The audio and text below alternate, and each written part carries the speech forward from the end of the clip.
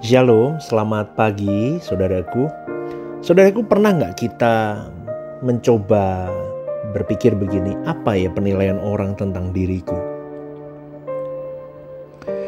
Penilaian dari anak-anakku, penilaian dari orang tuaku, dari mertuaku, dari pasanganku, dari teman-teman dan sahabatku. Memang saya katakan begini bukan berarti kita bergantung kepada penilaian orang. Tapi kita juga tidak bisa suka-suka sendiri menilai diri kita sendiri. Karena memang faktanya saudaraku, tidak jarang orang lain yang membuat warna atau cerita sendiri tentang diri kita.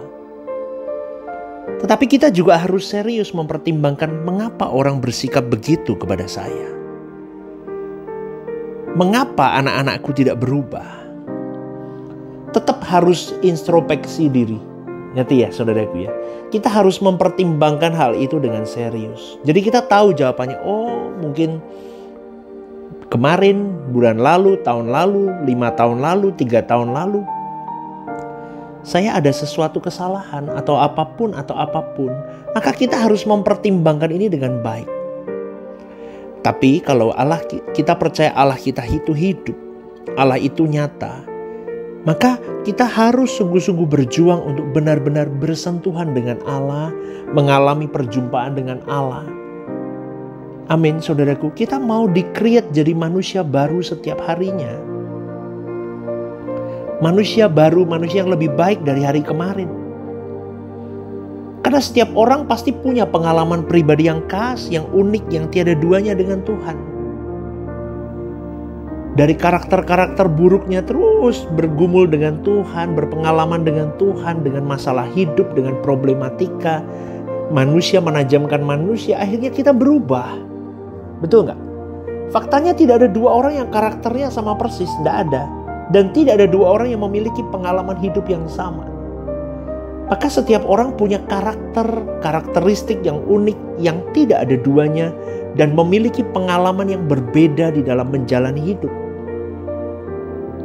Saudaraku, di dalam setiap pribadi Allah mau berurusan dengan masing-masing individu itu. Maka kita harus serius untuk benar-benar mengalami Allah. Kita harus serius untuk benar-benar mengalami Dia. Kita harus ke gereja untuk mendengar tuntunan bimbingan dari hamba Tuhan yang sudah mengalami Tuhan. Garis bawahi ini, yang sudah mengalami Tuhan, bukan sekedar bergelar pendeta. Bukan hanya itu, tetapi benar-benar setiap lantunan khotbahnya keluar dari pengalaman hidupnya bersama dengan Tuhan. Mau jatuh bangun, pengalamannya dengan Tuhan itu akan menjadi garam yang akan menggarami jemaatnya. Karena dia harus benar-benar menyampaikan suara Tuhan dari pengalaman hidupnya, dari cerita cintanya kepada Tuhan. Dan orang seperti itu, pendeta seperti itu pasti ada spirit yang mempengaruhi pendengarannya. Ada impartasi spirit yang akan mempengaruhi pendengaranmu juga. Karena dia dengar-dengaran dengan Allahnya. Dia mengkoreksi setiap kesalahannya, sekecil apapun, setiap hari, setiap saat. Maka dia akan mengimpartasikan suara Tuhan yang dia dengar kepada engkau. Itu yang menjadi pergumulan saya berjuang di situ juga, saudaraku. Sehingga ada impartasi spirit. Maka hamba-hamba Tuhan mau tidak mau harus mengalami Dia, harus di kawasan Tuhan, harus berinteraksi dengan Allah. Maka dia pasti akan membawa Shekinah glory, kehadiran Allah itu. Sesungguhnya saudaraku, hal ini yang seharusnya menjadi persoalan dan tanggung jawab berat para hamba Tuhan. Bukan ribut soal baju, jas, kemeja yang dipakai, jam tangan yang dipakai, apapun. Bukan sibuk dengan tetek bengek yang gak perlu, tetapi lebih fokus kepada bagaimana dia harus mengimpartasi cintanya ke Tuhan kepada jemaatnya.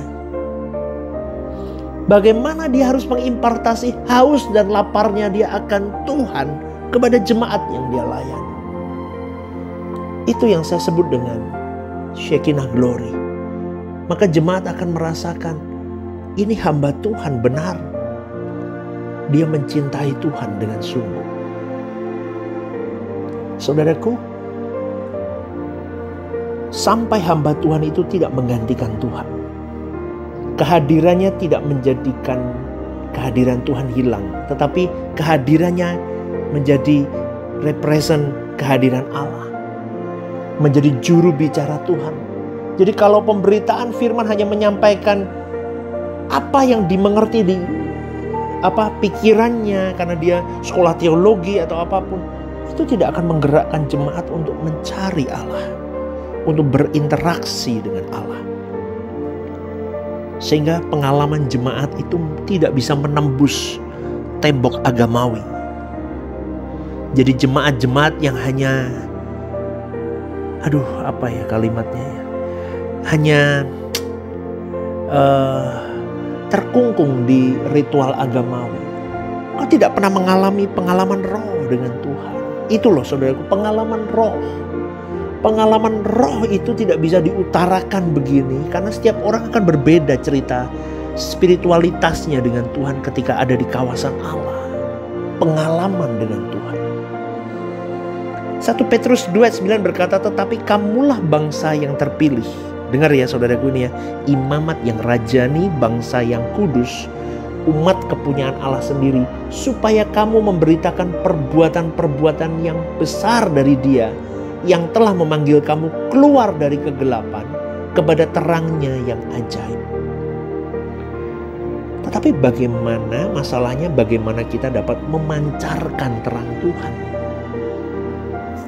Kita tidak perlu mencari situasi atau menskenario keadaan supaya terang kita dapat dilihat orang. Karena firman Tuhan mengatakan Tuhan tidak akan menaruh pelita di bawah gantang atau mangkuk besar.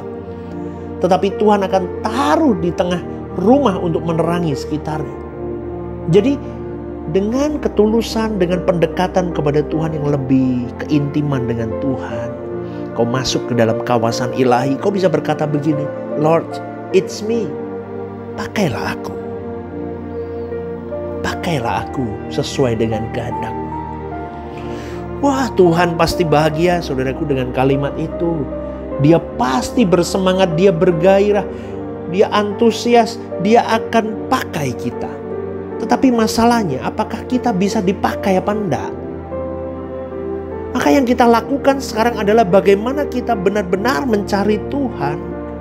Bagaimana kita mendengar firman yang baik, menggerakkan kita, mendorong kita untuk berinteraksi dengan Allah di dalam hari-hari hidup kita. Karena teologi yang benar akan memaksa orang untuk mengimplikasikan pengajaran itu. Jadi bukan hanya menjadi kepandaian di dalam kognitif berpikir kita, tetapi akan membuat kita bergerak di dalam perbuatan kita yang nyata. Ketika Musa turun dari Sinai, wajahnya bercahaya sampai orang Israel tidak sanggup melihat wajah Musa. Dan mereka menutupi mata mereka. Begitu terangnya cahaya itu.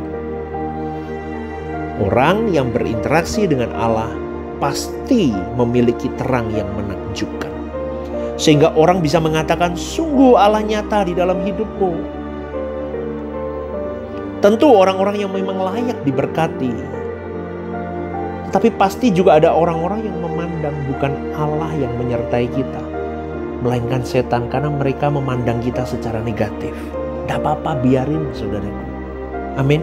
Tidak apa-apa. Nanti kita akan buktikan apakah Allah Yahweh Elohim yang kita sembah itu benar atau tidak. Waktu nanti yang akan menjawab kalau orang membunuh karakter kita. Kita tidak perlu ribut, tidak perlu berbantah ria. Tidak perlu. Ingat loh, Tuhan Yesus ngajarin ke kita apa? Bapa, ampunilah mereka karena mereka tidak tahu apa yang mereka perbuat. Udah lakuin, katanya mau seperti Yesus. Lakuin aja itu, udah. Kan kita percaya pembelaan kita di tangan Tuhan. Tapi pembelaan itu akan dibela kalau kita layak untuk dibela. Maka saudaraku, Allah itu real, Allah itu hidup.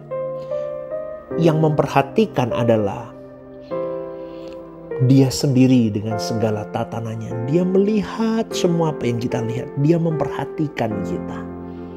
Maka jangan sibuk untuk membela diri. Biar kebenaran menjadi kebenaran yang akan muncul seperti emas suatu hari nanti. Kebenaran itu akan terjawab. Dan tenang saudaraku. Kalau hidupmu benar, kau berinteraksi dengan Allah, kau pas terangmu itu tidak akan bisa ditutup-tutupi lagi. Amin. Ya. Saudaraku, ada hal yang memprihatinkan adalah ketika perjumpaan lewat pengetahuan dengan Tuhan ternyata tidak mengubah orang, karena memang banyak pengetahuan tentang Tuhan yang hanya menjadi pengetahuan di dalam pikiran kita. Bahkan pada akhirnya membangun kesombongan, keangkuhan yang tidak mengubah hidup seseorang. Maka kalau hari ini, pagi ini kau mendengar kebenaran-kebenaran seperti ini, jangan keraskan hatimu. Biar hidupmu diubahkan. Kau dengar tiap hari renungan The Message. Oh ya, Pastor Stephen bener nih. Bener nih renungannya, khotbahnya bener nih, sungguh memberkati. Tapi kalau Anda tidak berjuang melakukannya, terbuang saudaraku. Tidak terekstrak di dalam kelakuan hidup. Maka saya katakan sekali lagi, kita harus mengukir sejarah hidup kita dalam jejak Tuhan. Di dalam pengalaman hidup kita yang unik. Yang tidak ada duanya dalam kehidupan karakteristik kita yang unik ini. Seperti yang dialami Abraham, Ishak, Yakub, Daniel, siapa lagi, Elia, Paulus, masih banyak lagi. Tapi masing-masing tokoh itu memiliki pengalaman yang khusus dengan Allah. Karena memang mereka memberikan waktu untuk berjumpa dengan Dia. Artinya apa? Jalan hidup mereka jalani itu luar biasa berbeda-beda. Tapi ada jejak Tuhan karena dia mengikatkan dirinya kepada Tuhan dalam hidup mereka. Maka saudaraku, hari ini kalau kau benar-benar sedang mengalami keadaan-keadaan yang berat dan sulit, seharusnya terangmu semakin menyala. Karena keadaan-keadaan yang sulit, orang-orang yang menjahatimu, yang menilaimu dengan warna yang berbeda, itu adalah berkat untuk membawamu semakin bercahaya, semakin kemilau, semakin terang, semakin memenuhi dunia ini dengan terang. Semakin dijahati, semakin teranglah hidupmu. Amin, saudaraku. Semakin disalahpahami, semakin teranglah hidupmu. Seperti Tuhan Yesus. Semakin terang Dia. Intinya apa? Suatu hari ketika kita pulang ke rumah Bapa, kita meninggalkan dunia ini. Kita sudah meninggalkan sejarah kehidupan. Ada seorang manusia yang sungguh-sungguh praktek mau seperti Yesus dalam hari hidupnya. Dalam hal-hal kecil hidupnya, dia memperkarakan segalanya seperti Yesus itu hidup di zamannya. Amin saudaraku, pastikan itu engkau dan saya. Ya, selamat pagi. Saya berdoa Tuhan memberkati pekerjaanmu, kehidupanmu hari ini. God bless you.